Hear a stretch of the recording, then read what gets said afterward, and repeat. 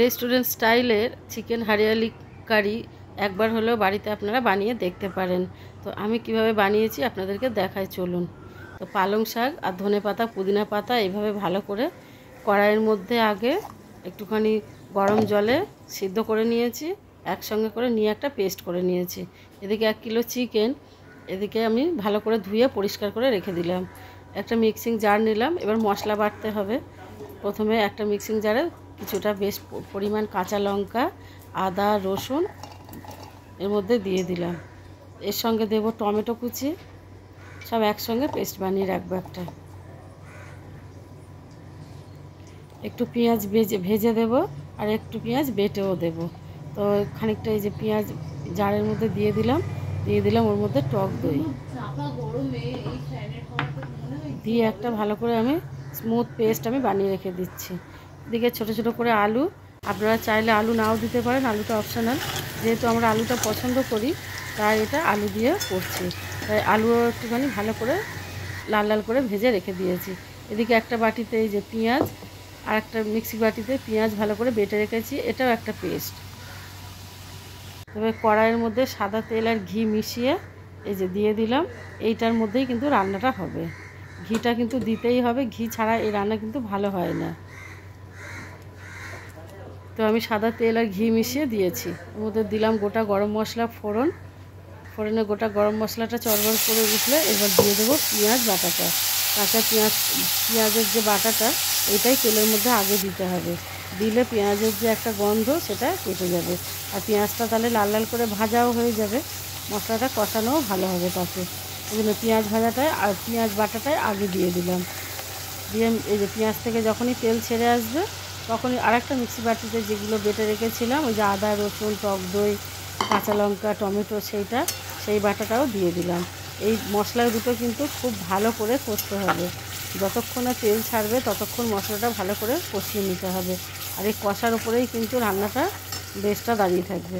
তো নুন দিয়ে দিলাম, মশলা কষানোর সময় একটুখানি নুন দিয়ে আর একটুখানি স্বাদ মতো চিনিও দিয়ে দিলাম। দিয়ে ভালো করে খুন্তি দিয়ে কষতে হবে মশলাটা, যতক্ষণে তেল ছাড়বে ততক্ষণ মশলাটা আমি কষিয়ে নিলাম। এরপর দিয়ে দেবো চাপা। এই চাপাটা দেওয়ার ফলে তাড়াতাড়ি মশলা থেকে তেলটা ছাড়ে। এইবার একে একে রেগুলার যে মশলা, জিরে গুঁড়ো, ধনে গুঁড়ো, কাশ্মীরি রেড চিলি পাউডার, তো সেইগুলোও দিয়ে দিলাম।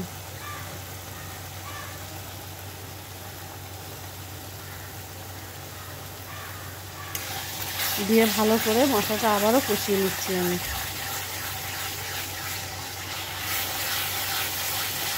এবার মশলা থেকে এই যে কালার চলে আসলে, তেলটা ছেড়ে দিলে এর মধ্যে এবার আমি দিয়ে দেবো চিকেনটা, যে ধুয়ে পরিষ্কার করে রেখে দিয়েছিলাম চিকেনটা, এই চিকেনটা এর মধ্যে আমি দিয়ে দিলাম। দিয়ে চিকেনটা দিয়ে ভালো করে কিন্তু নাড়াচাড়া করে ভালো করে কষতে হবে, যতক্ষণ না চিকেনটা হাফ সিদ্ধ হয় ততক্ষণ চিকেনটাকে ভালো করে কিন্তু কষতে হবে এইভাবে। এবং চাপা দিয়েই চিকেনটা কষতে হবে।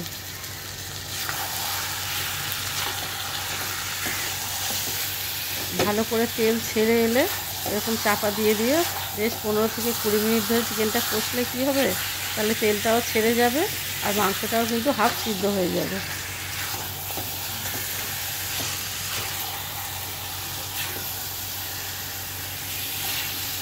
আর এটা এমন একটা রান্না যে ভাত, রুটি, লুচি, পরোটা সবের সঙ্গে কিন্তু ভীষণ ভালো লাগবে আপনাদের। একবার হলেও বানিয়ে দেখবেন। এই যে দেখুন চিকেনটা থেকে কিন্তু একদম তেল ছেড়ে এসেছে, মাংসটাও সিদ্ধ হয়ে গেছে, অনেকটাই সিদ্ধ হয়ে গেছে।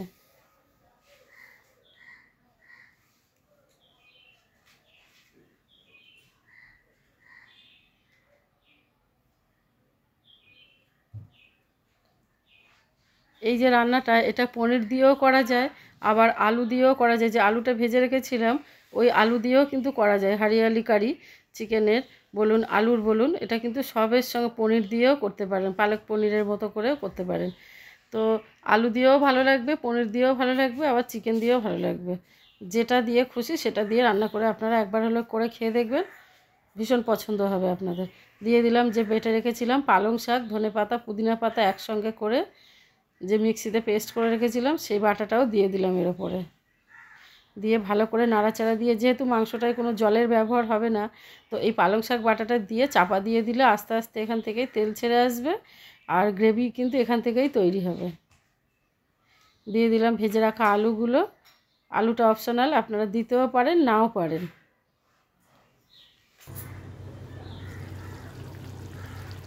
বেশ 10 মিনিট বাদে একদম লো ফ্লেমে রেখে দিয়েছিলাম, এর মধ্যে কোনো জল দিইনি। তো এই যে এইরকম একটা সেমি গ্রেভি হয়েছে। আর এই গ্রেভিটা কিন্তু লুচি, রুটি, পরোটা সবের সঙ্গে কিন্তু ভালোই লাগবে খেতে। তো এইভাবে আলুটাও সিদ্ধ হয়ে গেছে আমার, আর পালং শাকের যার মধ্যে জল ছিল একটুখানি, তো তাতে মাংসটাও কিন্তু আমার পুরোপুরি সিদ্ধ হয়ে গেছে। 10 মিনিট যেহেতু লো ফ্লেমে রেখেছিলাম। তো আমার এই ভিডিওগুলো যদি ভালো লাগে আপনাদের, আমার এই রান্নাগুলো যদি আপনাদের পছন্দ হয়, অবশ্যই যারা ফেসবুক পেজ থেকে দেখছেন পেজটাকে ফলো করে দেবেন, আর ভালো লাগলে বন্ধুদের সঙ্গে শেয়ার করে দেবেন, একটা লাইক কমেন্ট করে জানাবেন। দিয়ে দিলাম কাসুরি মেথি আর একটু ফ্রেশ ক্রিম। নামানোর আগে এগুলো দিয়েই আমি কিন্তু নামাবো। আর যারা ইউটিউব চ্যানেল থেকে দেখছেন তারা অবশ্যই চ্যানেলটাকে সাবস্ক্রাইব করে দেবেন, নতুন হলে পাশে থাকা বেল আইকনটা অবশ্যই প্রেস করবেন, যাতে যখন আমি নতুন নতুন ভিডিও আপলোড করব, রান্না আপলোড করব, আপনাদের কাছে সবার আগে নোটিফিকেশান পৌঁছে যায়। এবং ভিডিওগুলো যদি ভালো লাগে লাইক কমেন্ট আর শেয়ার করে জানাবেন। তো তৈরি হয়ে গেল আমার চিকেনের হারিয়ালি কারি। তো আপনারা এটা পালক চিকেনও বলতে পারেন, যে যেরকম অবশ্যই কমেন্টে জানাবেন আপনারা কি নাম দেবেন। আর এই যে তৈরি হয়ে গেছে আজকের আমার